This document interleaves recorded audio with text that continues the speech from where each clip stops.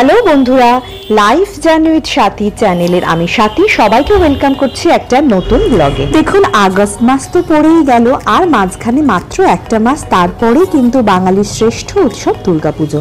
আর এইবারে শুরু হয়ে যাবে পুজোর কেনাকাটা। আজ গড়িয়াহাট, কাল নিউ মার্কেট, তো পরশু হাওড়া মঙ্গলা হাট, যেখানে খুব সস্তায় জিনিস পাওয়া যায়।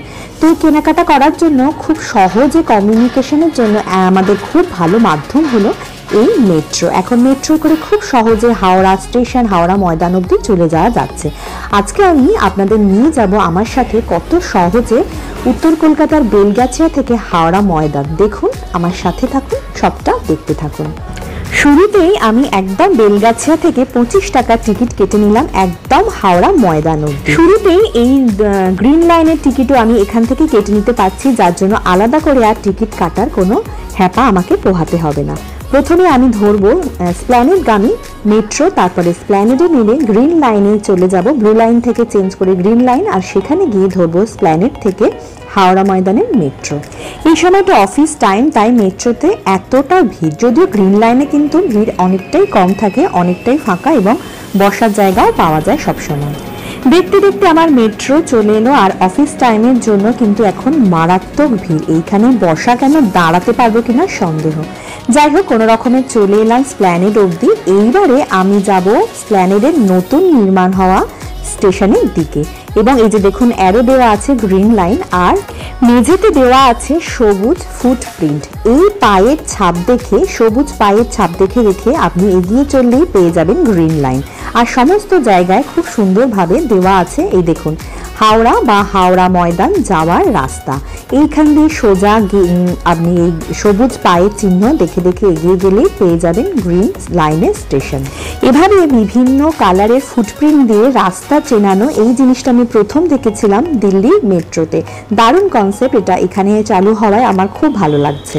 ফুটপ্রিন্ট দেখে এগিয়ে আস্তে আস্তে চলে এলাম স্প্ল্যানেডের নতুন স্টেশনে। এই যে এই জায়গাটা নতুনভাবে একদম বানানো হয়েছে, এখনো পর্যন্ত বেশ পরিষ্কার পরিচ্ছন্ন। এইবারে এখান থেকে এসকেলেটর করে মাটির বেশ অনেকটা নিচে নামতে হবে। আর এই স্টেশনে চোখে পড়লো এই যে ডান দিকে, এইখানে হচ্ছে পাবলিক টয়লেট। এই পাবলিক টয়লেটটা সমস্ত স্টেশনেই থাকাটা খুবই দরকারি, যদিও আমরা সেইটা পেয়ে উঠিনি কোথাও। যাই হোক, এখানে আছে দেখে খুব ভালো লাগলো। এবারে এসকেলেটর ধরে মাটির বেশ অনেকটা ভেতরে চলে যেতে হচ্ছে। দেখুন কতটা ডিপে আমাদের নিয়ে যাচ্ছে এই এসকেলেটরটা, কারণ আমাদের তো যেতে হবে গঙ্গা নদীর তলা দিয়ে, তাই না? তাই জন্য এই জায়গাটা বেশ অনেকটা ডিপে আমাদের চলে যেতে হচ্ছে। এইবার এখানে এসে একটু অপেক্ষার পালা, কারণ হাওড়া থেকে যেই মেট্রোটা আসবে সেইটা পুরোটা খালি করে দিয়ে তারপর সেইখান থেকে আবার যাত্রী নিয়ে যাবে হাওড়া ময়দান অবধি।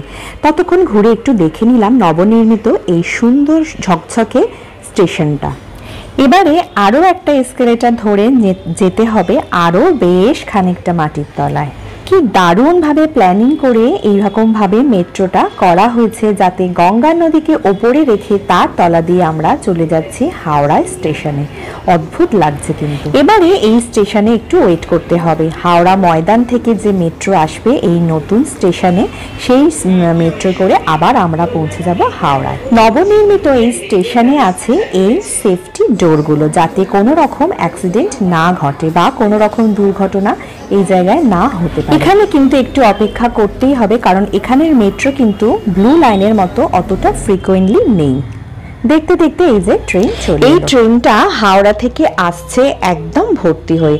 প্রথমে এখানে থামবে, সমস্ত যাত্রীরা এখানে নেমে যাবে, তারপরে যারা এইখানে যাত্রী আছে হাওড়ার উদ্দেশ্যে তারা উঠবে। আমি যেটা আগেই বললাম, এখানে উঠে কিন্তু বসার জায়গা আপনারা পেয়ে যাবেন, যেটা ব্লু লাইনে তো আমরা ভাবতেই পারি না। স্প্ল্যানেডে এখানে সমস্ত যাত্রীরা নেমে গেল এবং তারপরে আমি উঠে বসলাম, ট্রেন ছেড়ে দিল। এখানে প্রথম স্টেশন হচ্ছে মহাকরণ, এবং মাত্র 2 মিনিট করে এক একটা স্টেশন যেতে সময় লাগে। স্প্ল্যানেডের থেকে ট্রেন ছাড়ার পরে প্রথম স্টেশন এই যে চলে এলো মহাকরণ।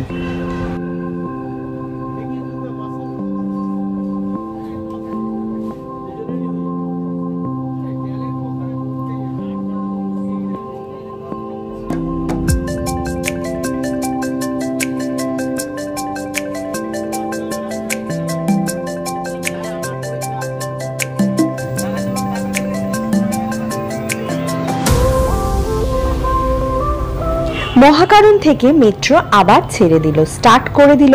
এইবারে জার্নি শুরু হবে গঙ্গার তলা দিয়ে।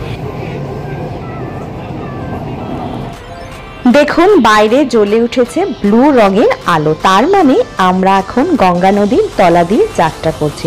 অদ্ভুত সুন্দর একটা ফিলিংস কিন্তু এই সময় হয়।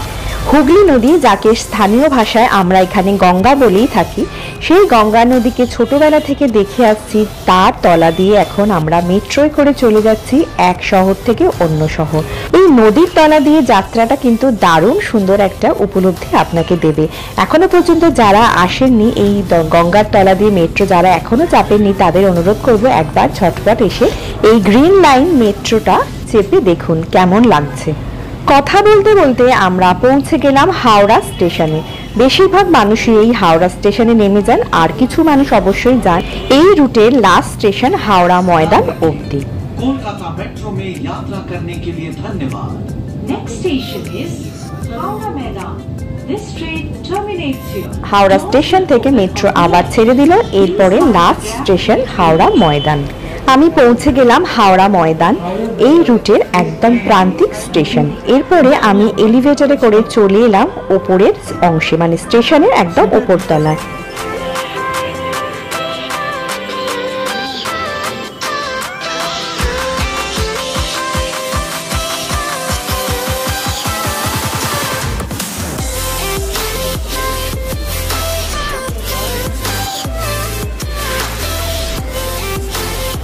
নতুন বানানো এই স্টেশনটা কিন্তু দেখতে খুবই ভালো লাগে। চারিদিকে আলোয় ঝলমল করছে, এখনো পর্যন্ত বেশ পরিষ্কার পরিচ্ছন্ন, এবং আমরা চাইলেই এই স্টেশনটিকে আমরা একদম পরিষ্কার পরিচ্ছন্ন রাখতে পারি। সেটা সবটাই কিন্তু আমাদেরই হাতে।